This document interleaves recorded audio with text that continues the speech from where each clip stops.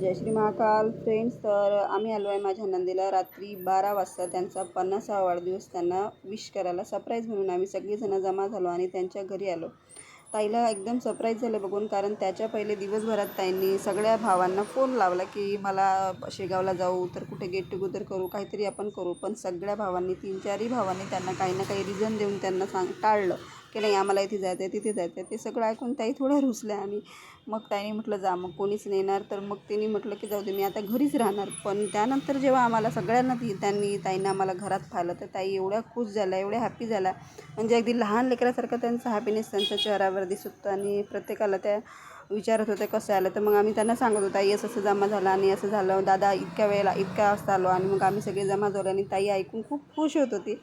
त्यानंतर मग आम्ही सगळ्यांनी सेल्फी वगैरे घेतली आणि मस्तपैकी केक कटिंग वगैरे केला आणि मस्तपैकी एक फोटो वगैरे घेतले. असा तर माझा दिवस होता. चला तर भेटू आपण नेक्स्ट ब्लॉगमध्ये. बाय.